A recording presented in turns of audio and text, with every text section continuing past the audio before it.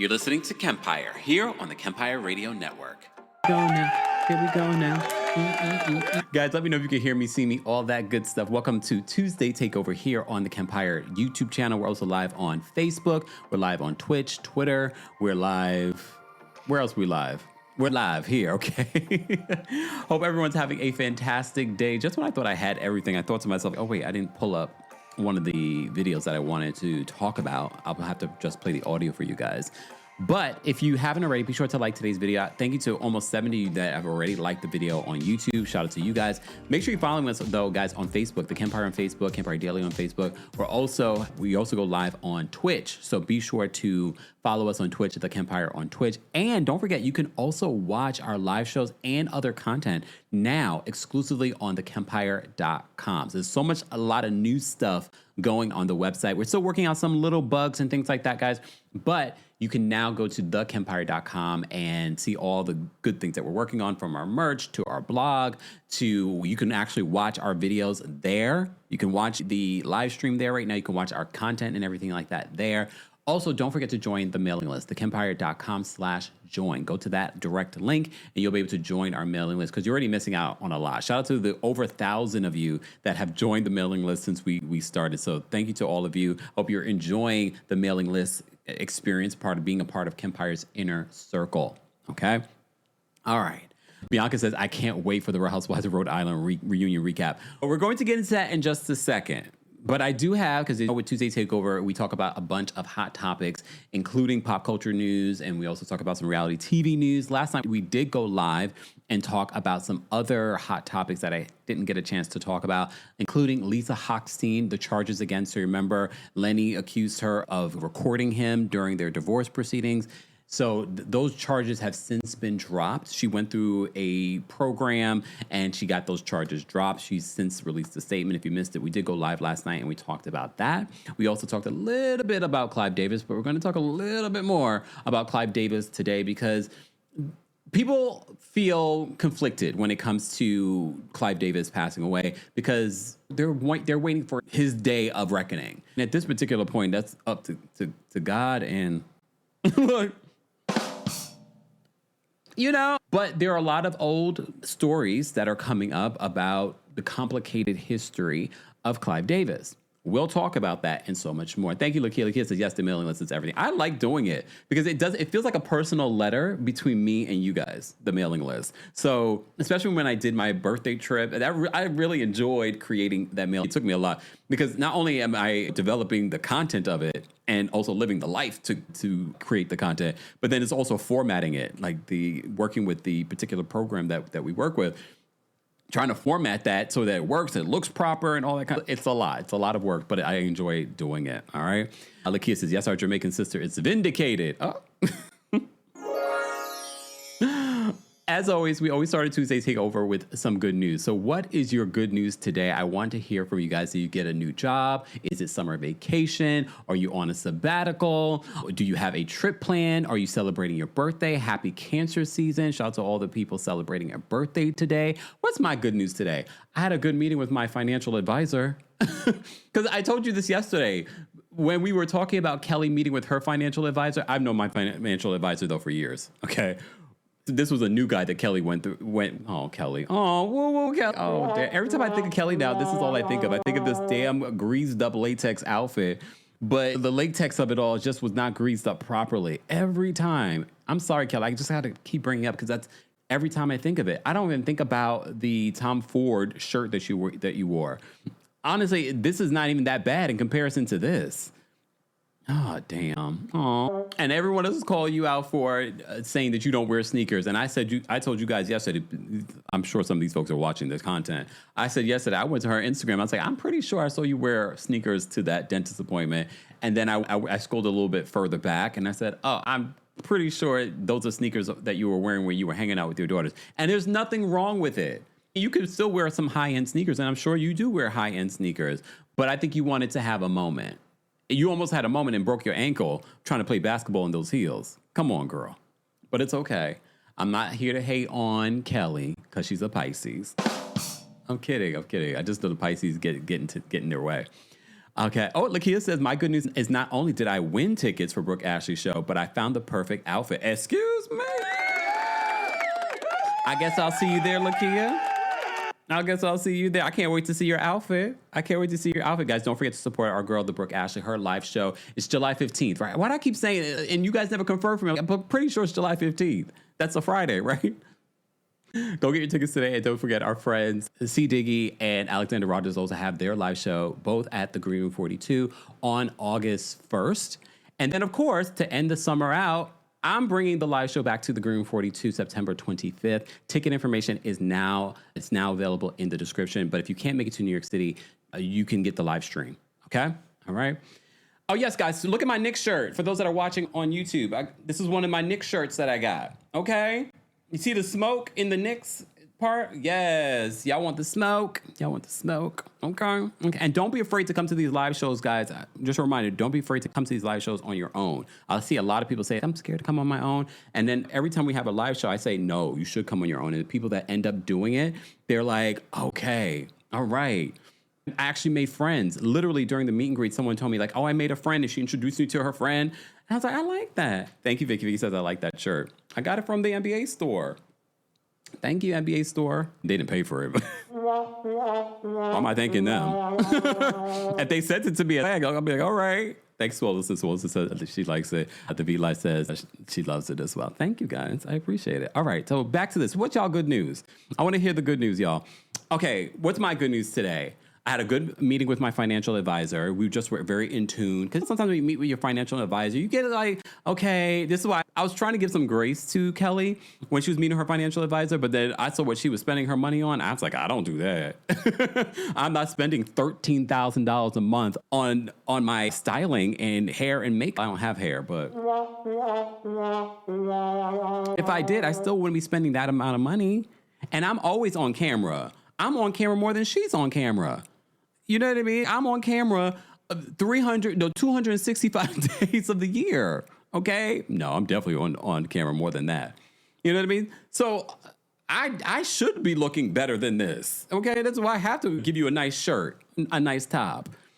And then when y'all see a full fit situation, I'm going to have to start wearing proper pants or pom-pom shorts. Okay? Winter says, my good news is I'm alive. Winter, amen to that. Debt free is my good news, Tanya says. I like that. I definitely like to hear that. You know who's not? Pinky Cole. You know who's not? I'm going to show you her picture. Kelly Farrell. And look, I'm being facetious. I wish them both the best. We've talked about this before, especially them being restaurateurs.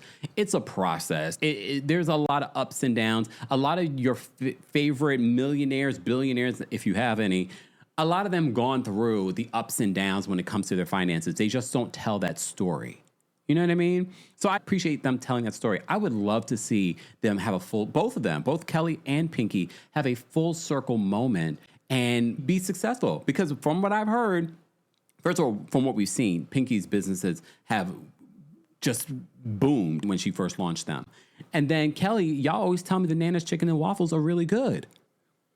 I'm not really that interested in chicken and waffles together, but and I almost tried to get it when I went there for my live show in Atlanta, but their timing, the time I landed and everything like that, it just didn't work out.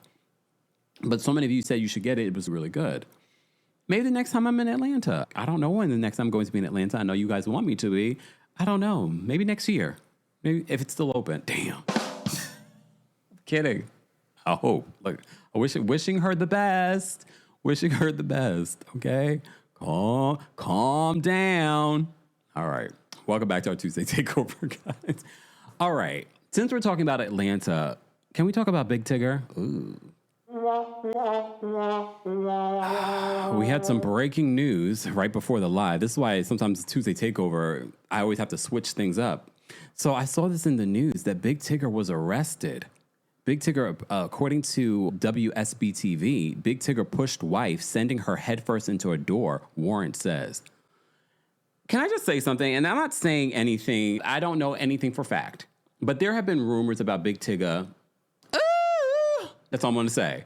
For years. So when I see a man be aggressive with women, There's a whole psychology conversation about why some of these men are brutal to women, and it's because they haven't come out of the closet with their truth. I'm not saying that's Big Tigger. I'm just finding this very interesting when we look at this story.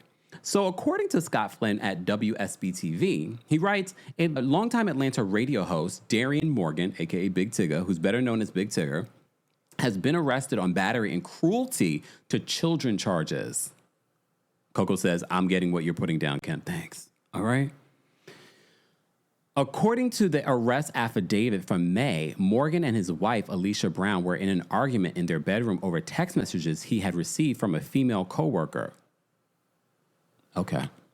Brown told police that the back and forth text messages from her husband and the coworkers had been going on for a couple of weeks. Hold on, let me pull this down. That's when Brown said that Morgan began raising his voice, yelling at her, "You're psycho." Brown said that Morgan then pulled out his phone and began recording her. Oh my goodness. Brown said that she tried to grab the phone from Morgan's hand and then he tackled her to the floor to get the phone back. During the incident, Brown said that she ended up with a small bruise to her lower lip. Brown said that she then went down to the basement inside their Sandy Spring home, which is where they work from home. She said that Morgan followed her down to the basement office, saying, "I will show you, psycho," Brown yelled at Morgan as she unplugged a computer from the wall, affidavit said. "I helped purchase this equipment for the two of us." Brown said that when Morgan came up behind her and grabbed her arms and told her to stop, Brown said that she told Morgan to leave me alone and take your hands off of me. That's when Brown said that Morgan used force to move the victim and shoved the victim, causing the victim to stumble headfirst into an office door. The report says that Brown sustained a deep cut above her left eye. First of all, to get any cuts around your eye is so dangerous because it could have been your eye. Sidebar, Tanya says, I hate basements. Someone else told me that recently. I was like, I kind of get it, why you don't like a basement. But at the same time, I'm like, that's an interesting phobia. But I know someone that has a phobia like that. All right. So they continue in this report in regards to Big Tigger. For those that are just joining us, apparently Big Tigger was arrested back in, I think they said this report is from a few weeks ago. So that's when Brown said that Morgan used force to move the victim and shove the victim, causing the victim to stumble headfirst into an office door. The report says that Brown sustained a deep cut around her left eye. According to the affidavit, the incident began, the two was all caught on their Ring security system. Brown ended up going to a Dunwoody urgent care where police were ultimately called to investigate. She was then taken to Grady Memorial Hospital because of the severity of the cut, the affidavit said. Brown initially was not cooperative with police and told them, "I was afraid of what Morgan might do to me, and because he is a well-known celebrity and nobody would believe me." Hey, Data. Data had been here in a hot second. He says, was a coworker Shamia? No, they have not been coworkers for a while. Was a coworker Shamia. Oh, damn, Shamia. Oh, damn, Shamia.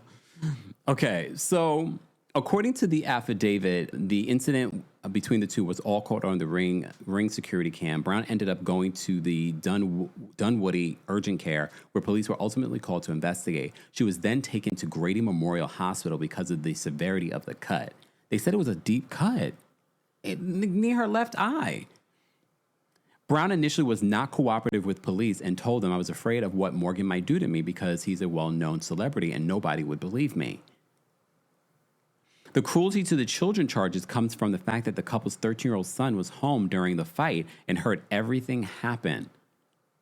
In the last couple of weeks, Morgan addressed on social media during his radio show what he called significant public discussion and speculation regarding his personal life. Good morning, Atlanta. I completely missed this. Extremely privileged to be here this morning. Back at work. Over the past several days, there's been significant public discussion and speculation regarding my personal life. And he's posted this on his social media, Big Tigger. I understand this can happen being a public person. I've been doing radio now 32 years and television for 29. I appreciate, first and foremost, the support and concern that so many people have shown.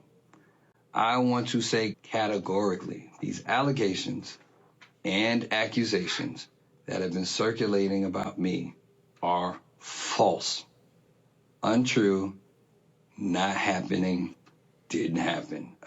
So how did the deep wound happen? Additionally, it's important to clarify that Francesca and I have never been anything more than friends and respected colleagues. So that's the person that allegedly he may have been texting with that caused an argument between the two. I'd like to apologize to you, Francesca, for the impact of these last few days or this last week. I hope you accept my apology. Out of respect for everyone involved, I ask for grace, privacy, and restraint as my family navigates this difficult moment. For more than 30 years, I've had the privilege of serving this in many communities through music, entertainment, and connection. I remain grateful for the trust so many of you have. I'll say this because I'm watching the video that he posted on his Instagram. You guys can watch it there. This is Big Tigger from the Big Tigger Show. His body language is telling me a little bit of he's not 100% telling the truth. We're not body language experts where we pretend to be here on the channel. He's doing this. He's fiddling with his wedding ring as he's saying this. He's moving it back and forth in a nervous way. I'm not saying that means anything, but read between the lines. Placed in me throughout that journey, and I intend to continue living and leading in that manner, worthy of that trust. And to all the people who have either quietly or loudly stood up and stood 10 toes for me, I appreciate it. Here's the thing. You remember, it's unrelated, but it's Atlanta related. When Dr. Gregory said that he couldn't stand 100% behind what Dr. Damon may have or may have not done, I can't stand behind someone that I don't live in your house. So I don't know what goes on between you and your partner. And again, things happen. People have arguments. The physicality of this is what's concerning. But he's denying all allegations. For the people who have reached out to check on me, I appreciate you. No name dropping necessary. You know who you are. So that's the message that he posted on social media. And he posted in the caption, he says, official statement, over the past several days, there has been a significant public discussion and speculation regarding my personal life. I understand this can happen when you're a public figure, and I appreciate the support and concern that so many people have shown. I want to say categorically that these allegations and accusations that have been circulating are false. Additionally, it's important to clarify that Francesca and I have never been anything more than friends and respected colleagues. I'd like to apologize to her for the impact of these last few days. Does he not apologize to his wife? Exactly. Beatrice said exactly what I was just thinking. No apology to the wife, no addressing the wife in this statement. Out of respect for everyone involved, I ask for grace, privacy, and restraint as my family navigates this difficult moment. For more than 30 years, I've had the privilege of serving my community through music, entertainment, and connection, and I remain grateful for the trust so many of you have placed in me throughout that journey. I intend to continue living and leading in a manner worthy of that trust. Sidebar, speaking of the Shamia of it all, remember Shamia and them said that they were let go from the Big Tigger Show unceremoniously, saying that he was allegedly a part of the problem. That's why, because the show was actually doing well. I don't know. I don't listen there in Atlanta. The show was doing really well with her and Miss Pat, and then all of a sudden they were unceremoniously let go because of him, allegedly. That was the rumor on the street. Coco says subpoena those text logs. I don't know. I feel like his statement doesn't address the accusations. And again, these are possible charges that he could face, so he really probably can't say too much. However, I feel like if you're going to put out a statement, he does deny that the allegations and the rumors, but look, there are all kinds of rumors. There's one thing when we hear the stories from what the police report is saying, and then what people will exaggerate online, what exactly is false? Okay, and here's the thing too. A lot of times, do I believe that this is the first incident that's ever happened between them that might have been this crazy? No, I don't believe that this is the first time. I think it may have escalated to a point where police were involved, and that's why it's been exposed.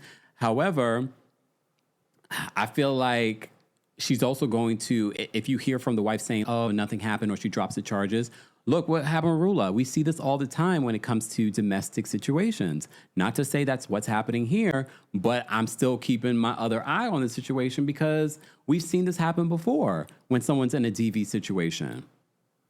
Tyree says Miss Pat alluded that he was a bully. Yeah.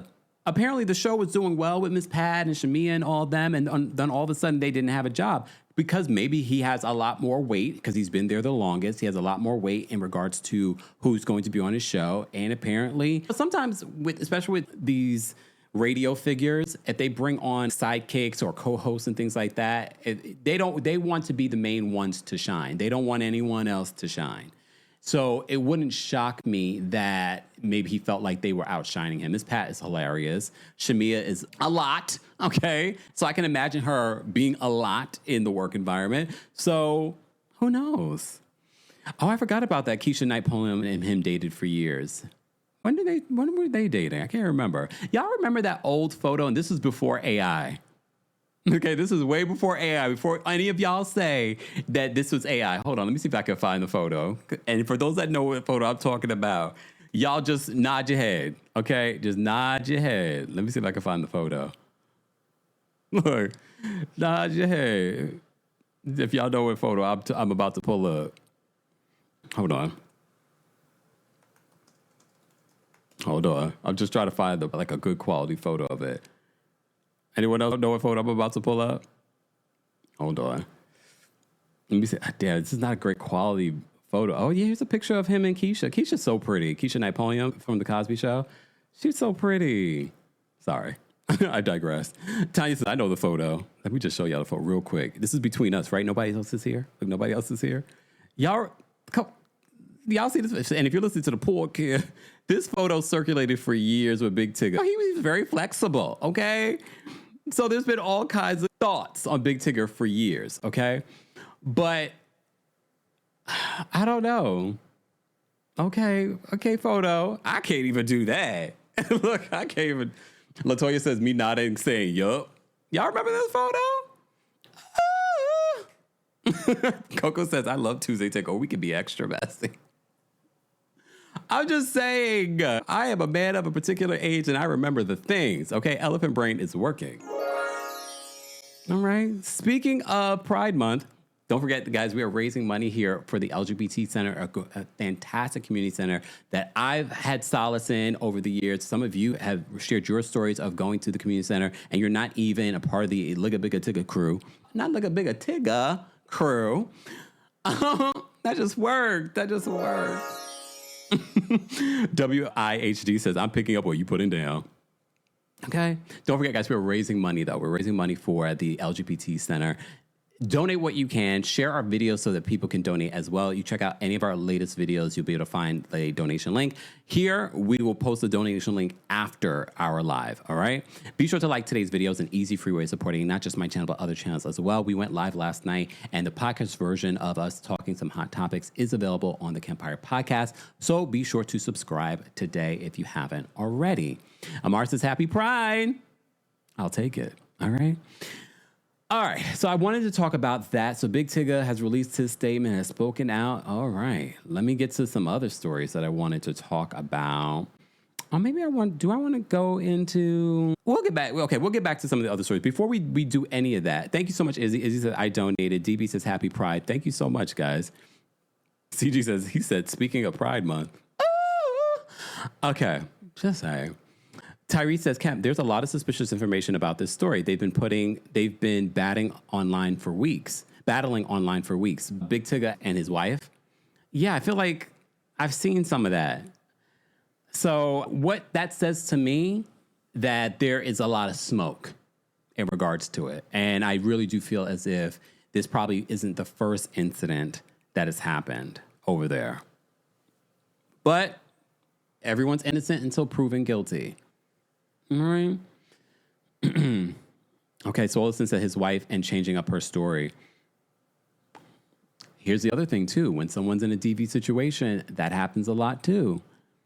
Here's the thing, too, what I've noticed, and I'm not saying that about our community. What I will notice online, there will be a lot of other women that won't believe women, and this is why they don't come out. Just saying. So just let's give grace, especially when we're talking about a TV situation. There's a whole psychology behind why people don't come forward, why they start changing their story because of public pressure. So just keep that in mind. Thank you, Ashley. Ashley says she likes my Knicks shirt. All right. Let's rewind back. I do want to say thank you to MyFitnessPal for sponsoring today. A real MyFitnessPal life moment. I was literally on my evening walk this week, and I thought to myself, oh my goodness, I should sync my Apple Watch and my health app to MyFitnessPal. That is just one of the 40 apps that you can sync to MyFitnessPal.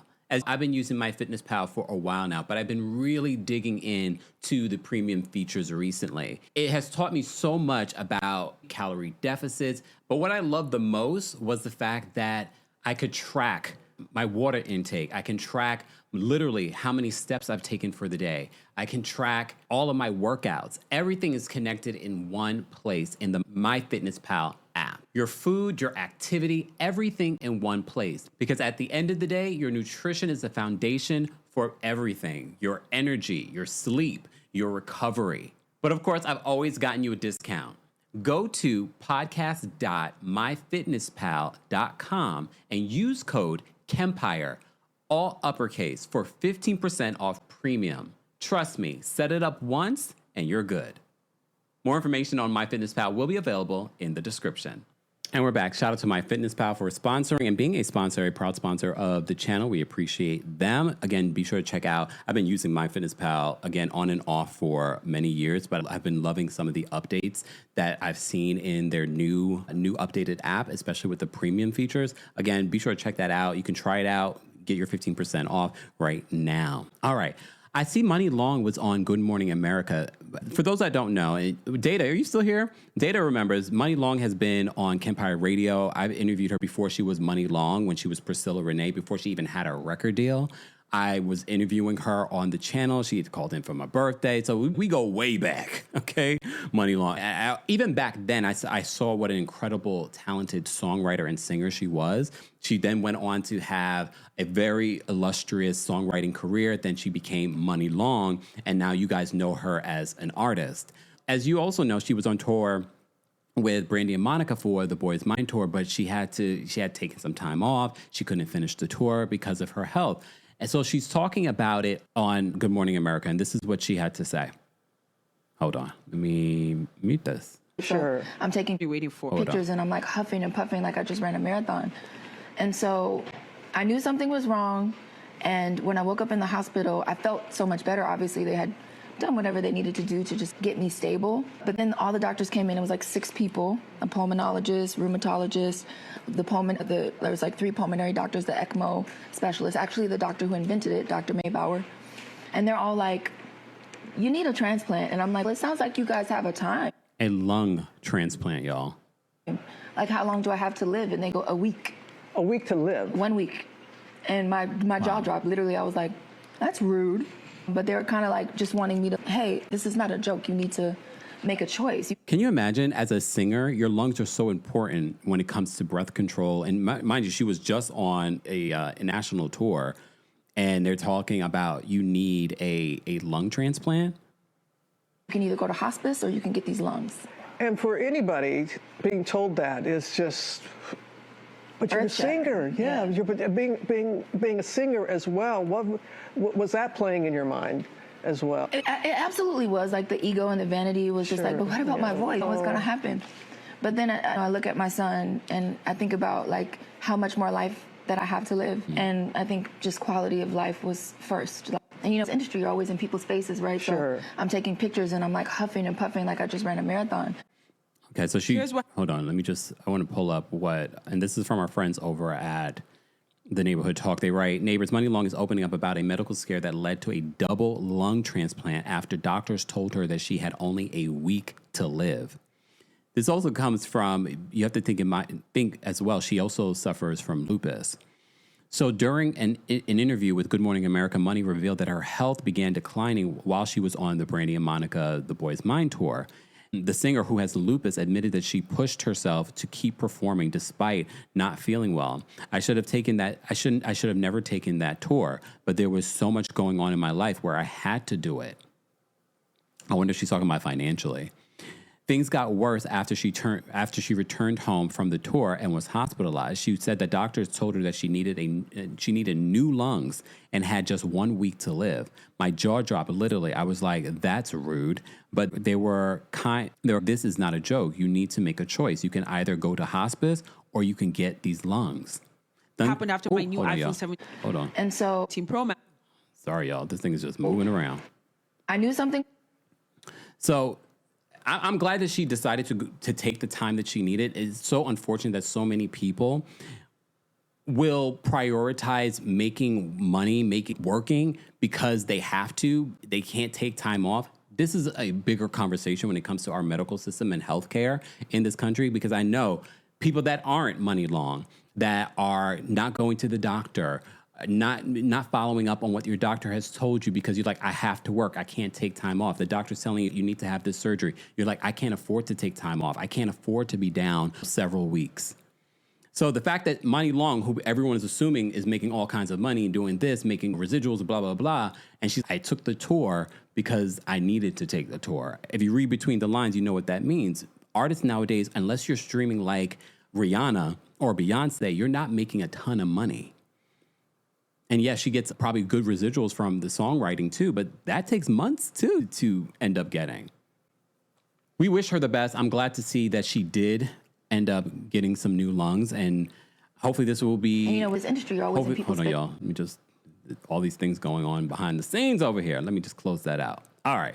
Let me bring up what else I wanted to talk about. Guys, if you're just joining us, this is our Tuesday takeover. I guess we can also start getting into Real Housewives of Rhode Island reunion part 1. If you guys had to rate the reunion part 1 from 1 to 10, how would you rate it? I thought that it was good. And I'm glad that it's only 2 parts, because I feel like even in part 1, we covered a lot, but there's not a lot that we need to cover in part 2. You know what I mean? So I feel like they've given us just enough. And as I said before, I feel like maybe it was 2 more episodes than we needed for the season. I feel like we probably could have did a solid 10 episode season and give us a 2-part reunion. But that's me. How did you guys feel? I haven't seen what you guys have been saying in regards to the episodes, but I felt like it was decent. I did take some notes because there are some things that I wanted to highlight. First of all, what did you think about their reunion looks? After seeing their reunion looks in motion and live, how did you guys feel about their reunion looks? Do I have their reunion looks here? Hold on. No, I don't. I thought I did.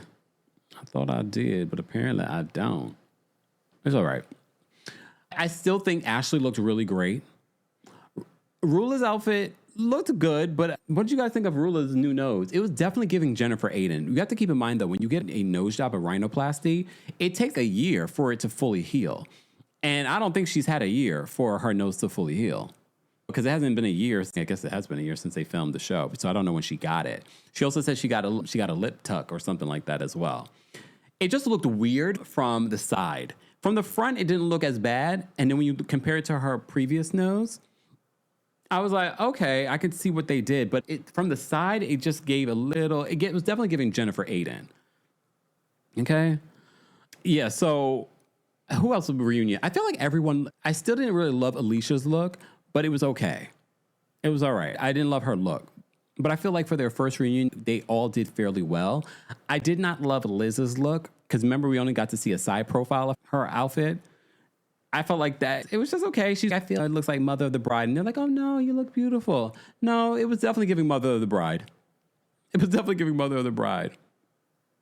Tyrese says, I love how Rula was transparent about her nose job. I think she had to be, though. There's no way that Rula could have came out there and be like, no, I didn't do anything. Her nose was dramatically different. You know what I mean? If anything, it didn't change her face completely. Some people, you get a nose job and your face looks completely different. But I don't know. Look, her body, her choice. I didn't love how it looked from the side, though. That side angle was kind of like, ooh, that looks stiff. Okay. Superstar 7 says that nose was sharp. Okay. CG says, who is Jennifer Aiden? I didn't watch the show. I just like Kempire. Real Housewives of New Jersey. Real Housewives of New Jersey, Jennifer Aiden. That she's no longer on there. Okay. Savannah says they need to stop lying to Liz. They're scared of Liz. Wouldn't you be scared of Liz as well? I don't know why they're scared of Liz. Is it the mob allegedly affiliation? Is that why they're scared of Liz? And she's not even Italian. We found that out during the reunion. She's not even Italian. She's part Irish. All right. Winter says it's very pointy, very Caucasian nose. I guess that's what she wanted. But she's Syrian, right? Isn't she Syrian? All right. Moving on from there. So I felt like everyone's reunion looks still fairly nice in person. I still loved Kelsey's look as well. Didn't really love Kelsey during this reunion, though. Did y'all see Kelsey during this reunion? Poor Kelsey. I will give it to, what's her name? Rosie, for basically shutting her down effortlessly. I was not ready for that. I did not expect that. I just have to play this because here's the thing. I'm just going to say this in regards to Rosie and Kelsey and their quote issues. I believe Kelsey started this. I don't believe Rosie was feeling competitive with Kelsey. I do think that they are probably more alike than they are different. But Kelsey decided to jump on some sort of issue with Rosie this season. We've been saying this entire season of Real Housewives of Rhode Island. But I feel like she came to the reunion without really trying to have some resolution or taking any accountability. But the way that Rosie ended her during this reunion with, I'm going to just play a quick clip. I posted this on social media. Let me show this to you. What did she say? Where is it? I thought I had it here. Did I delete it? Please and hold. Where is it? I know I posted it yesterday. Where is it? Did I delete it? No, I definitely didn't delete it. Where is that? I want to play the clip for you guys where Rosie says this. No, I must have deleted it or didn't post something. Yeah, it must have not posted because I don't understand where it went. I know exactly what she said, but I wanted to play the clip so you guys can hear it. Because if you weren't paying attention, you would have completely missed it. Because they're going through their back and forth, Kelsey and Rosie, during this reunion. And Kelsey brings up, she was like, oh, so do you think that I suck D to make a living, blah, blah, blah. But she was like, Rosie effortlessly had everyone's face gagged when she was like, hold on, I actually wrote the quote down. Please hold. Hold on. Where is it? Because this comes up later on. She says, this is what Rosie says. She says, your only coworker, the only coworker that you had was a girlfriend in Florida. The only coworker you had was a girlfriend in Florida. Even Liz, who's bestie westies with Kelsey's face, was like, oh. And then she looked at Andy, and Andy was like, oh. And then everyone was just like, oh. Cucked her. And I was like, that's what I want to see from Rosie. Rosie, I feel like you could have let go of some of your anger when it comes to Kelsey coming to your home with a siren and the loudspeaker. Yes, I think that was annoying and she was being messy. But I feel like you could have been a little bit more amicable about that situation because I do feel like it added to you guys having a great season. Everyone was talking about that epic fight. Everyone's still talking about Slam Pig that you brought to the show. Okay? So I feel like there could have been some opening for resolution there. But Kelsey, you saying she had the blueprints. I know someone wrote into Andy. Kelsey, Rosie, you were trying to throw it in her face too. You were trying to pull up some sort of antic by bringing out the blueprints. Ashley definitely had Rosie's back during this reunion, and she stepped up for Rosie, and it was clear that Rosie asked her to step up for her, and she did. And it was nice to know. Oh, Ashley got emotional. Apparently, Ashley cried 7 times during the season and then cried at the reunion thinking about her friendship with Rosie. I just love my friendship with her. She's just so sweet. She'll come over. We'll watch old TV shows. She'll play with my kids. She really loves her some Rosie. Okay? So she gets emotional. She cries for the 8th time. Okay. Cries for the 8th time. All right? Okay, I'm jumping all over when it comes to this reunion, but I did take a couple of notes in regards to, what did you guys think of the reunion set? Look, we've seen a reunion set like this before. Real Housewives of Atlanta. Remember when they had their own the reunion set, they were on water? They put a lot of money into this reunion for Real Housewives of Rhode Island. It was pretty, though. It was a pretty reunion set. Okay. Rula says that after 25 years of debate, she finally got her nose job and a lip lift. All right. I think you see a lot of these housewives do some work after being on television and seeing themselves on television and hearing people say things to them about them on television. Liz says that she feels like she looked more like Dolores Catania, who was not invited to this reunion. Ooh. And there was a nice, perfect space for her to be there. But what would Dolores have said during this reunion? She would have gotten dressed up to just sit there and look pretty. And that's basically what she did this entire season. It was sit there and look pretty. All right, so there was no need for Dolores to be there. But Liz says that she looked more like Dolores before she met Dolores' doctor. And then they showed old photos of Liz. And I was like, I don't think you looked more like Dolores then. I don't know why you look like Dolores now. Maybe because of the doctor. You guys share the same doctor. But no, you don't look like Dolores before the surgeries. But okay. All right. Hold on. Okay. Whew. There we go. My hat's blinding my eyes there, so you guys can see me. Sienna says that Rosie is Housewives Gold. And a lot of people did not see it for Rosie in the beginning, including her cast. And I'm sure her cast probably feels the way because I told you guys, for those that listen to the podcast, that this cast were really trying to ice Rosie out. And they were trying to force Alicia to ice Rosie out too. But Alicia didn't. And I like that for Alicia. That says to me Alicia really does have her own mind. I know Alicia can kind of come across like she doesn't have her own mind. But even in this reunion, when Liz is trying to victimize herself when it comes to this situation with the homelessness stuff, she's just done with Liz making these excuses and talking about there's a voice note. Liz, if there was a voice note, you should have brought it to the reunion. I don't understand why you wouldn't have brought it to the reunion, unless you're like me, where I don't save people's voice notes like that. I know some of y'all save voice notes and whatnot. I don't. That takes up space on my phone. I don't need that. I'm also not trying to hold something against people.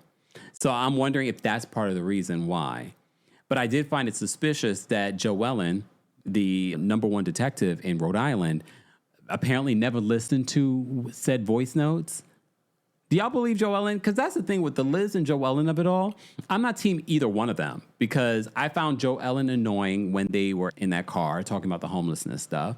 And then Joellen being that person that's constantly nagging you. What's wrong? What's wrong? Fix your face. That's annoying. I get why Liz would be annoyed by that. And also when you're also saying, but you're my best friend. But you're my best friend. And Liz is like, I'm not your best friend. I don't know where you got that from.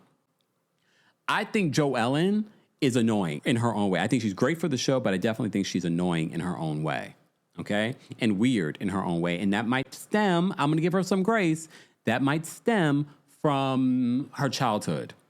She gave us an update on that. Her mom apparently is not happy with the show and how she's depicted on the show. I'm not shocked because Joellen told her truth in regards to it. But didn't I tell you that Joellen should not have her kids around this woman? And now her mother's listening. You better say something nice about me or I'm not going to watch your kids. Really?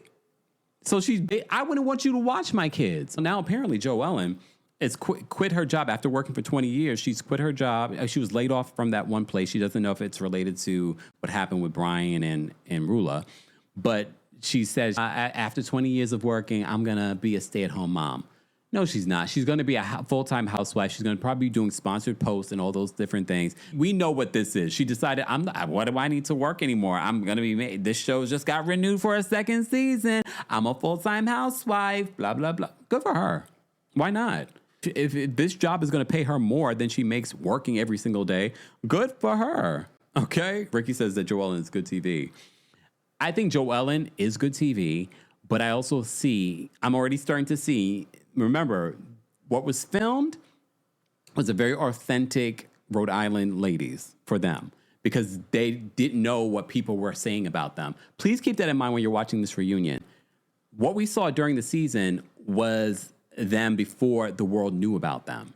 What we're seeing now at the reunion, the world has reacted to them. The world really likes them. There are certain people they like more than others. So now you're seeing a different side to them. And I can see that in Joellen. I think the attention has gone to her head a little bit, especially when she's yelling at Rula. You've been on 3 episodes. What have you been doing here? I will say this. I agree. She's only been on 3 episodes, but her storyline carried the season. I'm not even a Rula fan like that because Rula, you getting more upset at Joellen than your husband is a whole other thing. I have my ways. I'm still waiting to see those ways. I'm still waiting to see that.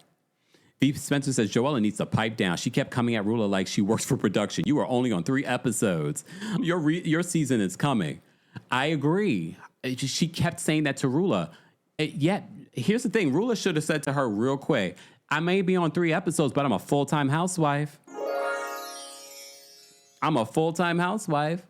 And look, all of these women have things about them that I'm just like, that annoyed me during this reunion. But I noticed that from Joellen. I do feel like the success of the show and the attention of the Bravo universe, I'm telling you, this goes to their heads. It's especially when they go to BravoCon. Oh my goodness, this really goes to the housewives' head. There's a whole psychology behind fame, reality television, but more so when it comes to the Bravo universe. So you already know these women are going to change. The only person I see not changing so far, based off of what I've seen in part 1 of the Real Housewives of Rhode Island reunion, was Alicia. I feel like Alicia has remained the same. Ashley, but Ashley's been on reality television. So this is just who she is. She's so used to it. She's used to the attention. The Bachelor Nation, that's a whole other situation.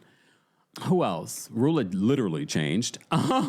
Liz, I don't know. I don't think Liz has really changed. I think Liz is going to be Liz regardless.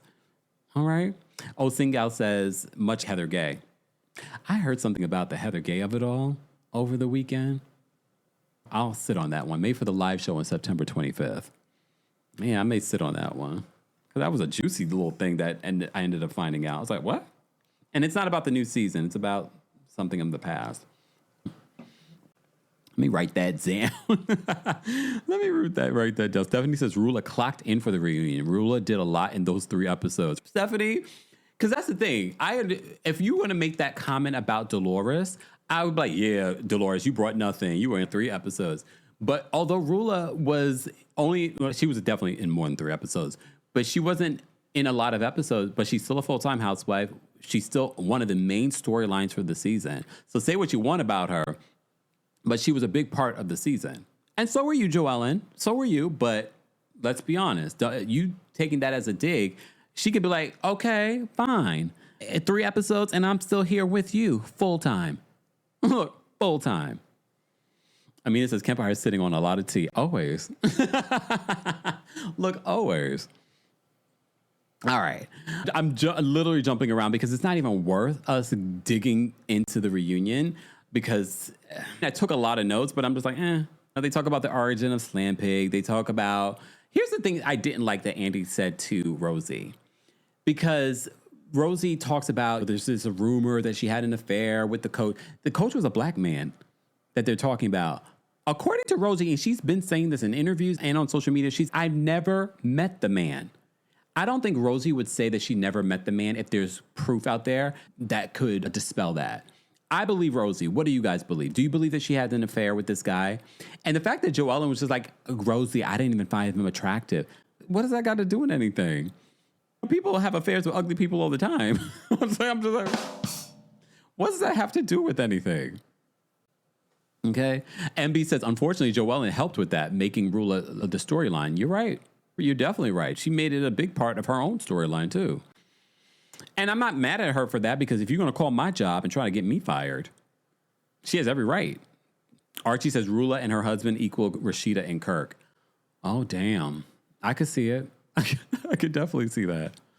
Savannah says, I believe Rosie. I believe Rosie, too. Rosie says, I've never met the man. Joellen says, I saw but she didn't see the police report. She says, your name is in the police report.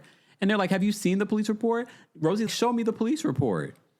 I talked to the police officers that wrote it. Really? Now you got them in trouble.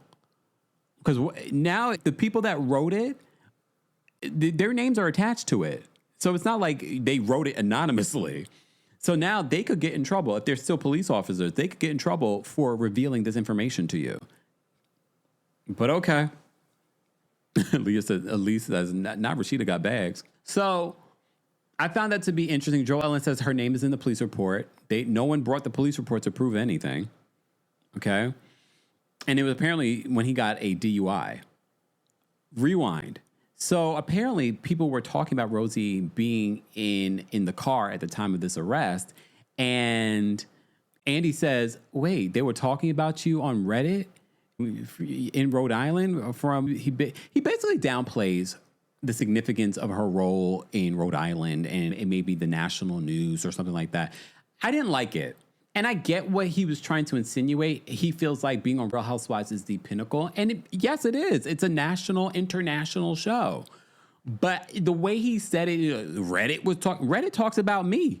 Reddit talks about a bunch of, like, so that would be like me coming on one of his shows and they were talking about you before you were on my show. Yes, Andy, they were. So I just didn't understand him trying to downplay the fact that Reddit, social media platform, could be talking about her. It's just like that many people were talking about road tripping. And I'm thinking to myself, this man is so rude. Anyone else? I was just like, Andy, you do know how Reddit is. Reddit's talking about a bunch of different people. You don't necessarily have to be hugely famous. But apparently in Rhode Island, Rosie was on the news. Like, she was on the popular local news. I was offended for her. I was definitely offended for her. Anyone else? I was a little offended for her. That's like, why are you acting like Real Housewives is the pinnacle for everybody? But anyway, NorCal Niner gal, thank you so much for being a member and for gifting membership. Guys, if you got gifted a membership, be sure to thank NorCal Niner gal. Love it. Thank you so much for that. We appreciate your support. Brandy, thank you so much for the super chat. Brandy says, I agree with your sentiments on Joellen. Kelsey is so dumb, it's frustrating. Liz is certifiable crazy, and I love Alicia. That's a great way of summing up the reunion.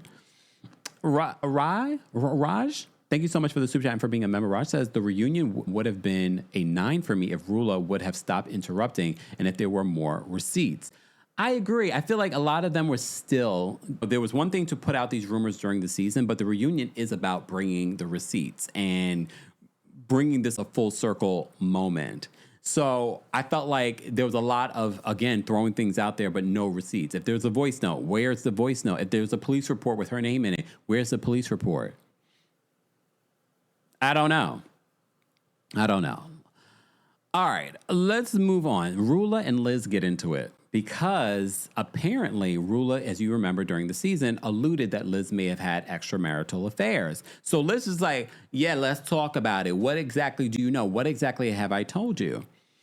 And it seems as if Rula was like, there was that time on Block Island. So Liz ends up between them trying to have a little bit of this sort of cat and mouse game in regards to the information. So Liz admits that she saw an old friend. She was separated from Jerry. Do you guys believe that Liz was separated? I have a feeling that she wasn't. Or maybe there was a weird space. Or maybe there was, they had an understanding. Maybe they both were cheating on each other at the time. I know there were toxic relationships where although they weren't technically separated or they're, you know what I mean? They end up cheating on each other. Y'all know people like this, okay? I personally have never been in a situation like that. But I definitely know people that are in relationships like that or knew people that were in relationships like that. But she claims that her and Jerry were separated, but apparently Rula knew about this story. But Liz says after it happened where she hooked up with this guy, I don't know if it was just a kiss, I don't know if it was more, but she says she was separated. She says the next morning, Rula and Brian called Jerry and told Jerry. Rula was like, that is not true. With subpoena the phone records. Subpoena the phone records? Who's doing that? Who's subpoenaing the phone records? But Rula denies it. I would never do that. I never did that, blah, blah, blah, blah, blah, blah, blah. But Liz seemed real frustrated by it because she feels like this is what Rula and Brian do. Because remember, Brian did that technically with Joellen as well. So she did admit to some cheating, but Rula made it seem as if it wasn't just that one particular incident, that there may have been other times. All right. Because Rula claimed that Liz would do her thing, Jerry would do her thing. All right. Then they end up talking about the ongoing that caused the fight between Kelsey and Liz. Liz apologizes to Kelsey. Kelsey is not trying to get into it with Liz again. You saw she did not want to get in between Liz and Joellen during their argument, to the point when they were arguing, Kelsey ran to Liz's dressing room, and she still did not want to take a stand on what was being said. So she's definitely scared of Liz. That's the vibe it's giving. All right. Ashley has her own segment. They talk about how many times she cried. She gets emotional talking about her friendship with Rosie. She also addresses the fact that people, what was the thing? Oh, she talked about Audrey's, the business is booming, but it's still an issue for her because now business is booming at Audrey's and Jared's working all the time. So it's still an issue for her in regards to it, but the business is doing quite well. All right. Apparently, Kelsey's been following Ashley on social media since 2015. You got a fan. You got a fan, Kelsey, or maybe a stalker. I don't know. One or the other. Thank you so much, LaRonda, for the super sticker. We appreciate it. I love the fact we can see the super stickers now. Thank you, LaRonda. Appreciate it. Guys, you can also support just by liking today's video. This is our Tuesday takeover. We're talking about Real Housewives of Rhode Island, but we do have some hot topics to get into as well. I want to round out some of this Real Housewives of Rhode Island conversation in just a second. So Joellen has her particular segment, and Andy brings up, you were a wild child in your 20s, and Rula alludes that, oh, she's still having crazy times. So Rula's big thing with Joellen is that Joellen is cheating on her husband. Rula, this is where you lose me. I don't love Joellen and how she handles things, or the fact that she kept on harping on the situation when I felt like she should have let it go when it comes to your husband. But you now trying to come for her and say that she's the cheater without any proof? I'm just sort of, girl, worry about what's going on at your home, because the way that your husband cheated on you was bad. Bud. You know what I mean? Really bad. And the most embarrassing, to the point where Joellen says the man was still sleeping with that woman in December, and he had last saw her in January. All right?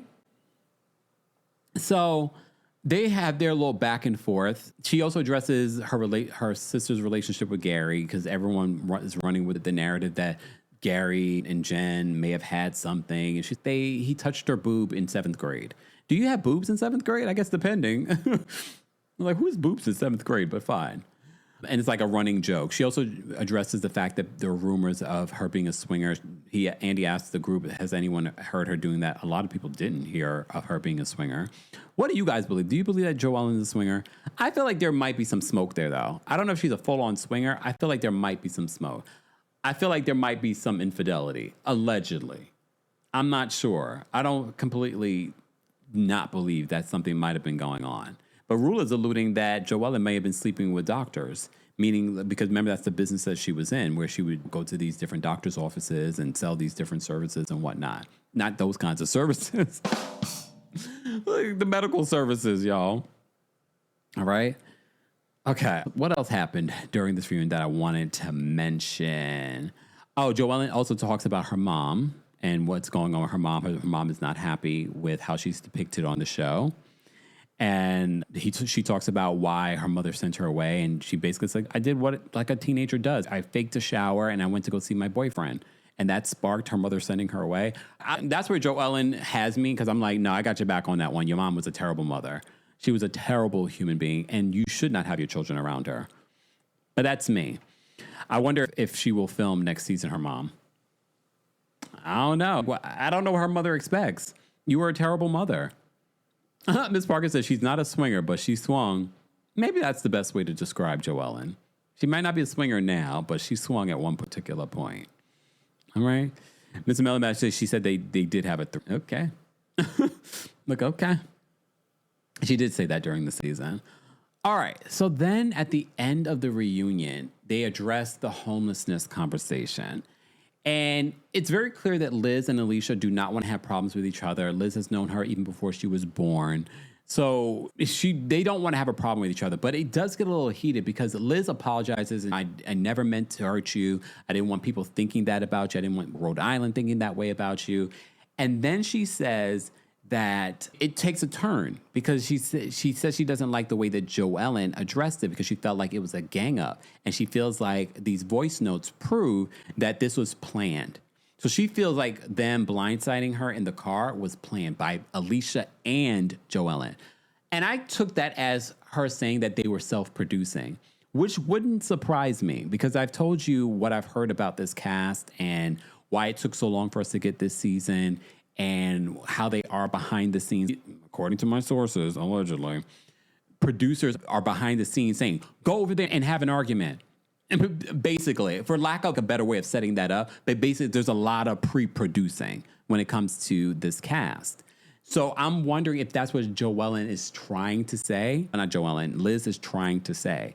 But I found it interesting that Joellen says, oh, I didn't listen to that voice note that you're talking about. It's from August. I didn't scroll up. I went out the night before, blah, blah, blah, blah, blah, blah. So, but it takes a turn because Liz, although she wants forgiveness from Alicia, she also is throwing Alicia under the bus. Alicia gets so frustrated. That's why I say y'all got to be careful with Alicia.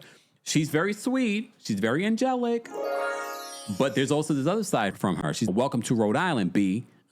So there's this side of her that's there, and she gets that way during the reunion with Liz. And she's just, this is exactly why I said that you're abusive.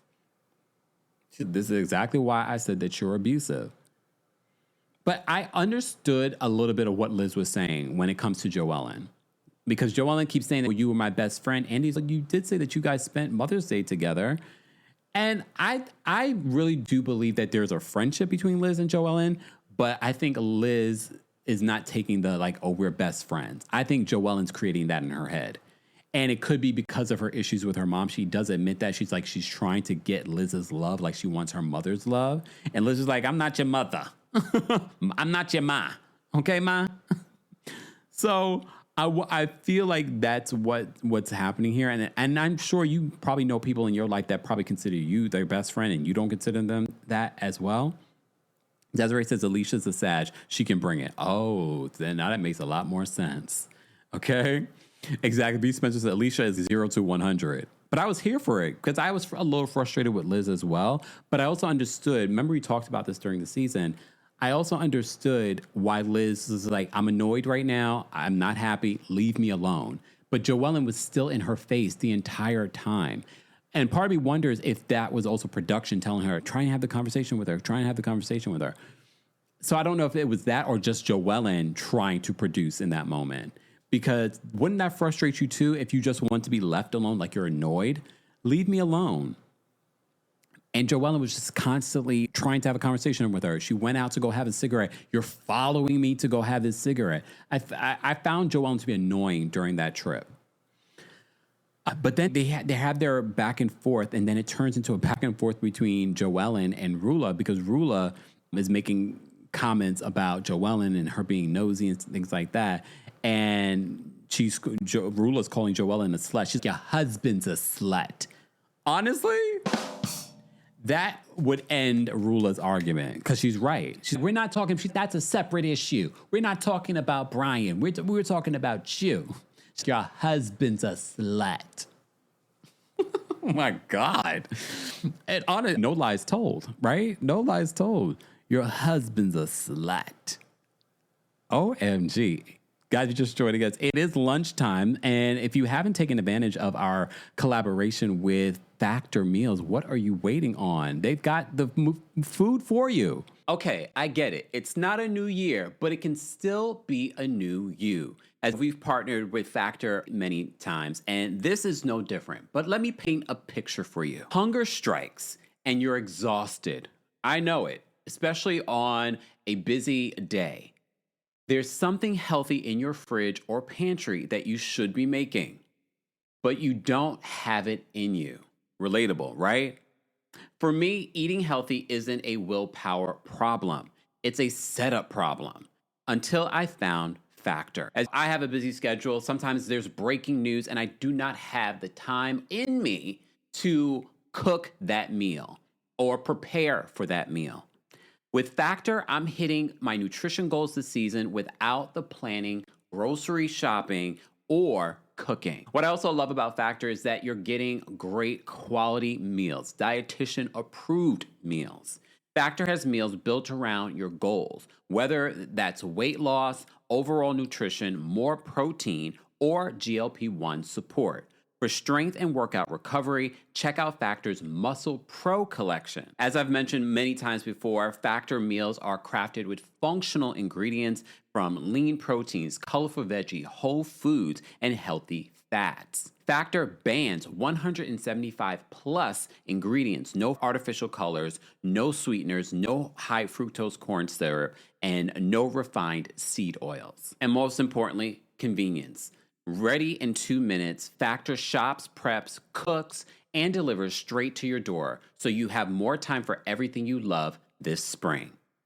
Head to factormeals.com/Kempire50 off and use code Kempire50 off to get 50% off and free daily greens per box with new subscription only while supplies last until September 27th, 2026. See website for more details. More details on Factor and your discounts will be available in the description.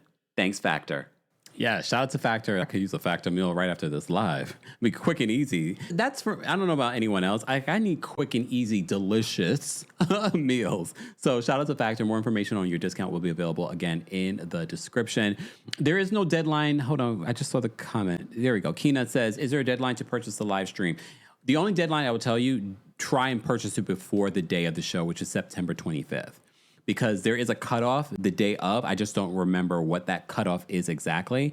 But you get to keep it though for 1 week after the show. And a lot of you the last time took advantage of that and watched it multiple times. I can't wait for this next show, September 25th, guys. Ticket information will be available on the Kempire After Dark live show. If you're wondering what that will be like, if you're in New York, get your in-person tickets. But if you can't come to New York, get your live stream ticket. But for those that want to know what this live show experience is, it's me spilling tea. It's me sharing more than I'm able to share on platforms like this when it comes to the hot topics and whatnot. So again, ticket information will be available in the description. Angel says tonight Kempire is having leftover chicken and rice. You're right. I made that last night on live. Okay. All right. Okay, so if you guys had to rate the reunion part 1 for Real Housewives of Rhode Island, how would you rate it from 1 to 10? I thought it was good. I'd probably give it a solid 7.5, maybe an 8. I thought it was decent. I'm glad that it's not 3 parts. I don't think they need 3 parts. Who do you think was the MVP of the reunion? Honestly, just based off of Rosie and her statement, she says literally that you only had your only other coworker you had was a girlfriend in Florida. That for me ended the reunion. No one had a stellar line like that. Even with Joellen saying your husband's a slut, even that it doesn't have the same level of clever like Rosie did. Like you had to be paying attention, and she said it so effortlessly. She didn't have to scream. She just was like, boom. She's like, the only other coworker I've known you having is a girlfriend in Florida. Oh, okay. Ended her in that moment. All right. Neki says Rosie, Alicia, and third Joellen. I have to agree with that.